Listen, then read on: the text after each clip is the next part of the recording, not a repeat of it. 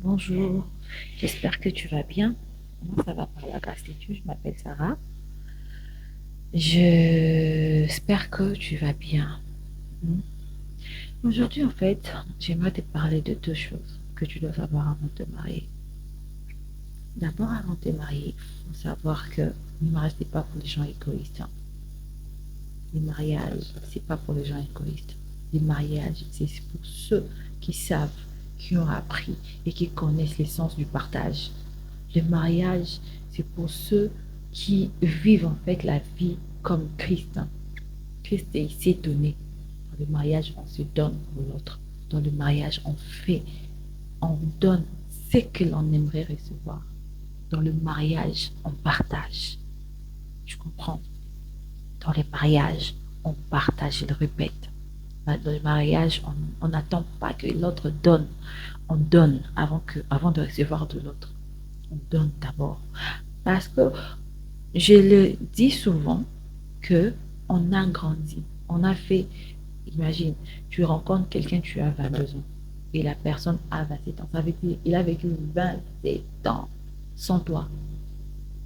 Elle a vécu 22 ans sans toi. La personne a vécu 33 ans sans toi. Hmm? C'est-à-dire, dans ces 33 ans-là, il aurait appris certaines choses plus que toi ou moins que toi. Et toi, dans tes 22 ans, dans tes 27 ans, tu aurais appris des choses sans lui, mieux que lui ou moins que lui.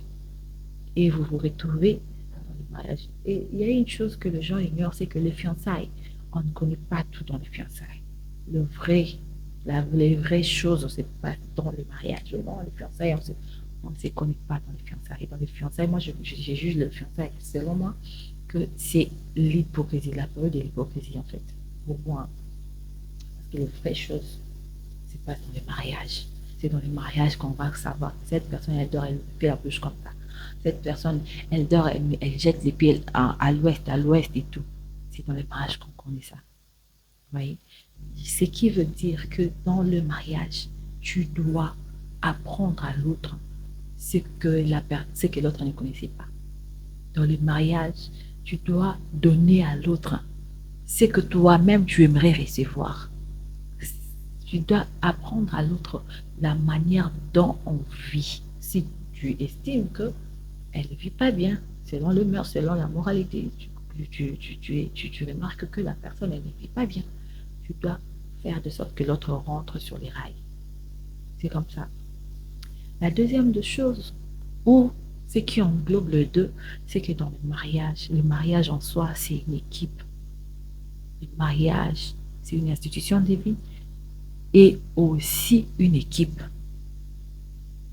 Une équipe où on travaille ensemble, une équipe où on fait tout ensemble, une équipe où on prend des décisions ensemble, une équipe où on s'adapte, une équipe où on se complète, une équipe où, je ne sais pas comment expliquer encore, une équipe où on fait l'effort en fait, on fournit l'effort, on s'y bat ensemble pour arriver à, à atteindre un niveau. Vous voyez, un mariage, c'est une équipe. Dans le mariage, on n'est pas égoïste. C'est ce que j'ai voulu en fait partager avec toi. J'espère qu'il y aura d'autres opportunités où je pourrai encore te parler davantage sur ce que tu dois savoir avant de te marier. Mais en attendant, porte-toi bien et on se retrouve à la prochaine occasion. Bye.